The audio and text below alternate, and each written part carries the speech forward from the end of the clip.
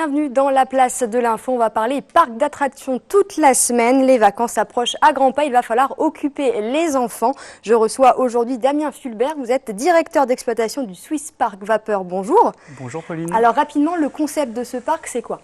Alors le Swiss Vapeur Park, le concept, c'est des petits trains, des paysages suisses et un parc transgénérationnel qui permet aux parents, grands-parents et aux enfants de s'amuser en Valais. Très bien, on va en parler en détail juste après. Dans moins de 30 minutes, le JT avec Fanette de Buisson. Bonjour. Bonjour Pauline. Alors, 3 titres principaux et on va débuter bien évidemment par le vote ce lundi soir de la fusion des communes du bassin annécien. Voilà, ce sont 6 communes qui vont fusionner à partir du 1er janvier 2017 et c'est une date historique puisque c'est la fusion la plus importante de France en nombre d'habitants. Annecy va passer de 55 000 à 122 000 habitants.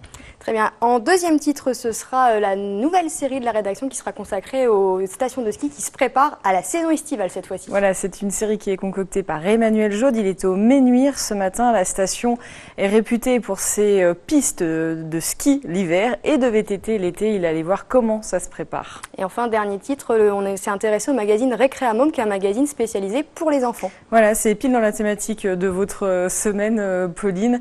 Récréamôme, en fait, c'est un programme pour les enfants sur notre territoire. Donc on va aller voir comment ce magazine se crée et puis il crée aussi des événements pour animer l'été des enfants. Très bien. Merci beaucoup Fanette. On se retrouve Pauline. dans un peu moins de 30 minutes pour le JT. À tout à l'heure.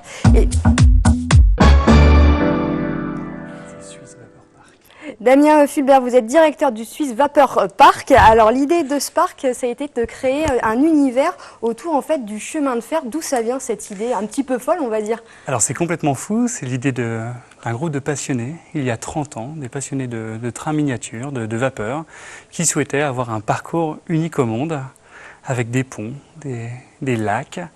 Et à la base, ce parc était ouvert simplement pour les passionnés de train. Petit à petit, des gens d'Europe entière sont venus avec leurs locomotives. Le parc a été accueilli au Bouvray, donc à 5 minutes de la frontière de Saint-Gingolph entre la France et la Suisse. Et dès l'ouverture, des milliers de personnes se sont présentées pour monter sur ces petits trains. Ça fait rêver de prendre des trains à vapeur, des trains miniatures. C'est un petit peu, c'est un rêve. C'est pour les adultes, c'est aussi un petit rêve d'enfant. En effet, c'est un rêve d'enfant parce qu'on se retrouve avec un parc qui a toute une taille pour les enfants, si vous voulez. Donc il y a la mini-banque, nous sommes en Suisse, la mini-crêperie, la mini-maison suisse, le mini-café, la mini-église. Et donc les enfants se sentent vraiment chez eux. Alors c'est des mini-parcs, mais dans un maxi-parc quand même, parce que c'est quand même 19 000 mètres carrés. Oui, ça représente, pour situer, ça représente environ 3 terrains de foot. Avec des reliefs, c'est énorme. Comment on gère 19 000 mètres carrés comme ça? Eh bien, on demande à tous les employés de ramasser les mégots s'ils en trouvent par terre. On demande un sourire constant. Et puis, vous pouvez avoir entre 12 et 14 trains qui circulent en même temps. Alors, qu'est-ce qu'on peut découvrir? Alors, vous l'avez dit, des mini-banques, mais qu'est-ce qu'on peut, des mini-choses, mais qu'est-ce qu'on peut découvrir d'autre à travers ces voyages dans les trains? Alors, il y a la faune et la flore, il y a différentes essences d'arbres. Tous les matins, je dis bonjour à ma grenouille préférée qui se trouve toujours au même endroit. Vous avez la reproduction du château d'Aigle, un château qui se situe à 20 km du parc, dans le Chablais suisse. Vous avez une montagne avec un point de vue sur les Alpes et sur le canton de Vaud. Et vous avez le Golden Pass panoramique qui permet, en ces temps pluvieux, de profiter du parc sous la pluie, bien à l'abri. Les conducteurs adorent ça. Et puis, vous avez surtout le partage d'un pique-nique, le partage d'une grillade. C'est extrêmement familial, malgré le fait que ce soit 19 000 mètres carrés. C'est familial, c'est une ambiance très familiale. Oui, c'est très familial, parce que le parc a désormais 27 ans. Ce qui fait que vous avez des gens qui ont découvert ce parc tout petit, avec leurs parents. Et on retrouve de plus en plus des gens qui viennent avec 3 générations. Les grands-parents qui ont emmené leurs enfants, qui sont désormais parents qui emmènent leurs enfants. Comment on se renouvelle? Vous venez de le dire, 27 ans. Comment on se renouvelle pendant ces 27 années?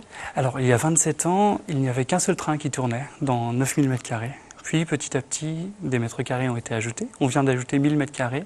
Cette année, on a inauguré une nouvelle voie de contournement. Ce qui fait que vous êtes comme dans la vraie vie. Il y a des trains qui s'arrêtent dans une gare, d'autres qui s'arrêtent dans une autre, d'autres qui passent en direct. Mais sans retard. Sans retard, nous sommes en Suisse. Comment est-ce qu'on attire du monde dans ce type de parc d'attraction sans manège à sensation, on va dire? Alors, attirer le monde, pour moi, c'est pas communiquer de façon incroyable à droite à gauche, c'est le bouche à oreille, tout simplement. Les gens qui viennent chez nous repartent avec le sourire, en parlent autour et reviennent. Après, il y a les faire revenir plus souvent. Donc nous créons des animations. Une animation de Pâques. On vient de finir le Festival international de la vapeur. Il y avait 155 personnes de toute l'Europe qui ont posé une semaine de vacances pour venir avec leur petit train, pour circuler chez nous au Swiss Vapor Park. Alors justement, c'est cet échange qui est important aussi. Il y a pas avec les gens qui viennent d'un petit peu partout d'Europe, j'imagine. Oui, c'est un vrai échange parce que vous n'avez pas des employés lambda chez nous. Vous avez des passionnés. Donc il y a les passionnés de train, les passionnés de vapeur, les passionnés de miniature, et puis des gens qui ont démarré chez nous il y a 5-6 ans, sans passion pour le train, et qui se sont mis à adorer le parc. Et maintenant, ils le défendent de façon incroyable. Partout où ils vont, ils mettent des brochures à droite à gauche, ils en parlent comme si c'était chez eux.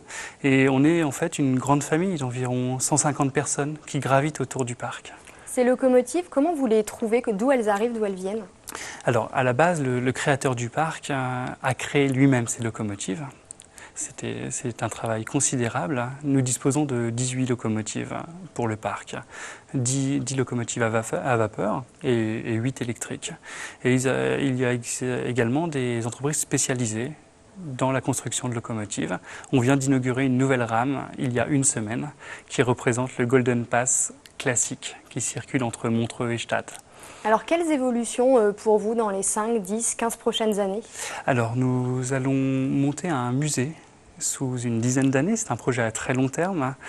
Nous sommes seuls, nous n'avons pas de fonds d'investissement, donc tout l'argent qui rentre dans le parc est réinvesti. Nous avons le droit encore à 3000 m² supplémentaires. Il reste de la place. Il reste de la place. Il reste de la place, donc on va pouvoir vraiment couvrir et montrer nos machines. Parce qu'actuellement, nous disposons de nombreuses machines, mais qui sont dans un dépôt caché.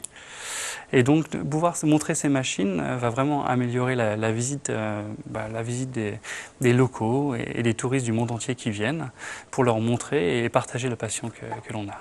C'est vraiment pour petits et grands, c'est vraiment, voilà, tout le monde peut venir, tout le monde peut s'amuser, venir s'amuser et passer une journée entière dans ce parc d'attractions. Oui, vraiment, parce que c'est vrai que quand on parle du Swiss Vapor Park, quand on vient d'Annecy, c'est à 2 heures de route, on imagine les petits trains, donc déjà il faut comprendre qu'on peut monter sur les petits trains.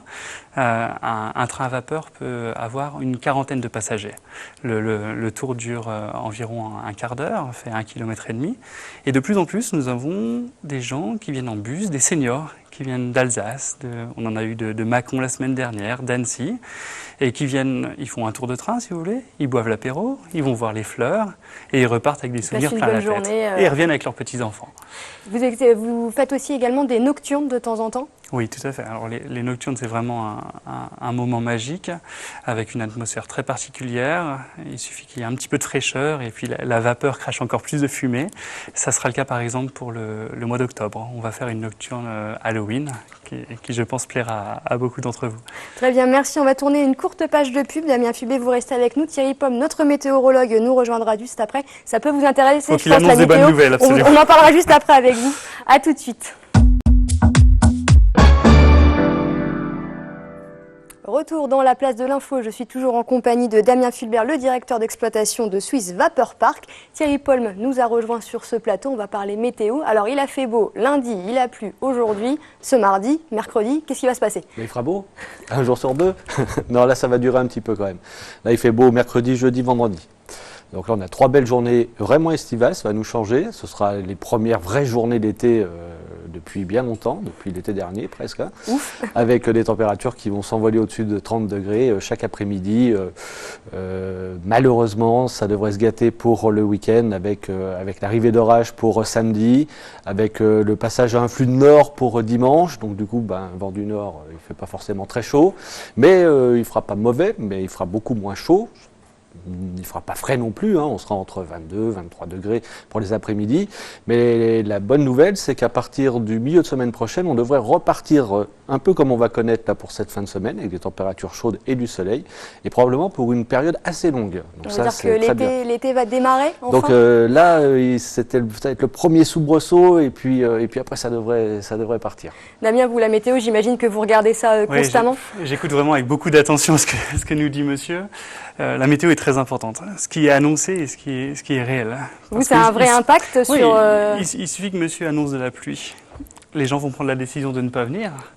Et même s'il se met à faire beau sur les coups de 11h midi, la décision est prise et les familles ne viennent pas. En termes de pertes, ça peut représenter quoi sur un week-end, un gros week-end pluvieux? Eh bien écoutez, on peut passer de 2000 personnes à 300 personnes.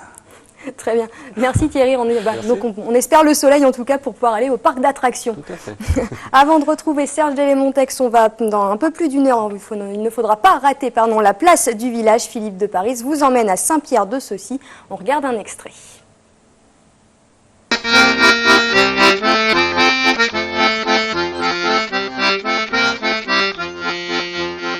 Il y a 30 ans que mon cotillon branle, sans jamais penser à l'amour. Sans jamais, oh oui, oui, sans jamais, oh non, non, sans jamais penser à l'amour. Sans jamais, oh oui, oui, sans jamais, oh non, non, sans jamais penser à l'amour.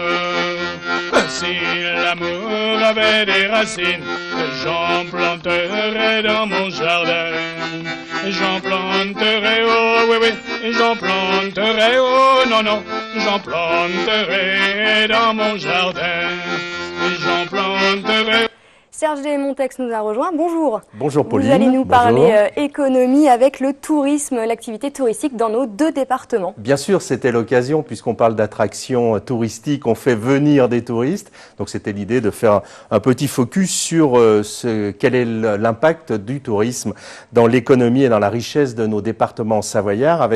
On va commencer par la Savoie, qui est le département le plus touristique de France par la richesse produite, qui représente 14% de sa richesse totale. En fait, c'est 2 fois plus que la Haute-Savoie et 7 fois plus que le département du Rhône. Sans surprise, en Savoie, c'est l'activité des téléphériques et des remontées mécaniques qui est la plus prolifique, et ce dynamisme impacte positivement tous les autres secteurs. En Savoie, Pauline, 1 emploi sur 5 provient directement de l'activité touristique, et en tout, ce sont la moitié des emplois qui sont liés directement ou indirectement au tourisme, donc c'est très très fort. Alors, regardons un petit peu la Haute-Savoie, puisque si la Savoie est classée première destination d'hiver en France, la Haute-Savoie est tout simplement classée premier département touristique après Paris, été et hiver confondus, ça compte. Les entreprises touristiques de Haute-Savoie sont celles qui, d'une manière générale, investissent le plus en Rhône-Alpes, tout particulièrement dans les activités de la location d'articles de loisirs, les hôtels, les cafétérias, la gestion des musées et les autres transports routiers de voyageurs. Il y a de quoi faire en plus chez nous. Il y a vraiment de quoi faire, à tel point que les emplois, en fait, sont liés directement à l'activité touristique, mais là, ce ne sont que 9,2%, contrairement aux 20% qu'on avait en Savoie. C'est en fait moitié moins que l'industrie, puisqu'en Haute-Savoie, l'industrie a une part très importante. C'est une des forces, d'ailleurs, de la Haute-Savoie, d'avoir des sources de richesse diverses et variées. Et ça, c'est vraiment la meilleure façon de traverser les crises. Pour terminer, Pauline, juste vous dire que le tourisme d'hiver, bien sûr, prédomine dans nos départements savoyards. Et c'est donc justement sur le tourisme d'été que nous allons chercher un potentiel de développement. Et là, les initiatives se multiplient très rapidement. Dans la foulée des Portes du Soleil, qui s'était inspiré de la Suisse, justement, on voit fleurir les passes multisports, multi-activités. Un exemple ? Les Portes du Soleil sont en partie suisses. Absolument, il y a tout un versant qui est sur la Suisse, avec entre autres Champéry, des belles stations. Et l'exemple de Tignes, avec le séjour pour 1 € de plus, on a 30 activités. Et les offres mutualisées des 4 lacs, je rappelle, on a 4 lacs, il y en a un qu'on partage avec vous, le lac Léman, puis on a les lacs d'Annecy, Bourget, Aiguebelette. Et là, il y a une communication forte qui en ce moment, on veut lutter contre les idées reçues. Nous avons dans les départements savoyards et nos lacs 89 plages et l'eau est à 24 degrés en moyenne. Mais ça, c'est une moyenne. C'est une moyenne. Oui, en ce moment, elle baisse la moyenne. En fait, l'objectif visé est une annualisation du tourisme Et une phrase pour terminer, si un secteur comme le tourisme y gagne, eh bien nous y gagnons tous, Pauline. Merci Serge. Le tourisme, justement, c'est une passe multi-activité. Vous pouvez rentrer aussi avec votre parc d'attractions, justement, pour pouvoir rentrer dans une offre un peu plus globale, on va dire, et justement ramener encore plus de monde. Oui, bien sûr. L'exemple principal est l'Aimant sans frontières. L'Aimant sans frontières a été créé il y a une vingtaine d'années par 2 parcs d'attractions, le Suisse Upper Park et la station de ski de Molaison, avec l'idée que nos touristes sont vos touristes. Et désormais, c'est le seul exemple transfrontalier au monde où il y a 20 parcs d'attractions suisses et 20 parcs d'attractions français, musées, transports, qui communiquent ensemble avec pour idée une brochure commune que nous partageons avec nos visiteurs. Parce que vous, votre clientèle, elle est suisse, mais pas seulement, j'imagine. Oui. En termes de... Vous avez beaucoup de Français, on est à 80% de Suisses, peut-être 17% de Français et 3% d'internationaux. Donc nous avons beaucoup de travail sur le public français. Une question peut-être sur justement ce... Non, justement, ce qui me fait dire, c'est que vous aussi, vous avez un gros potentiel de développement. Bien sûr. Et en ce moment, c'est ce qu'on cherche tous à faire. Il faut développer. Et vous avez tout à fait raison. Ce qui est bon pour vous est bon pour nous, puisque maintenant, on est dans la même région. Il y a toujours en Suisse cette idée de cherté. Pour situer le Suisse Upper Park, qui est un parc, on peut entrer pour une quinzaine d'euros. Le pique-nique est autorisé, donc la cherté n'est pas... La Suisse, Suisse n'est pas toujours égale à cherté, c'est aussi un gage de qualité. On a tous intérêt à lutter contre les idées reçues. Tout à fait. Absolument. Vous le disiez, donc du coup, effectivement, on n'a pas parlé de prix. Prix d'entrée chez vous, vous disiez 15 euros pour un adulte. On a une quinzaine d'euros. Pour un enfant, on est à environ 12 euros. Vous y passez aisément 4 heures, 5 heures de temps dans le parc. Le pique-nique est autorisé et nous sommes ouverts du 19 mars au 6 novembre. C'est une très longue période. Oui, c'est une longue période parce que, bien sûr, on commence par les vacances de Pâques.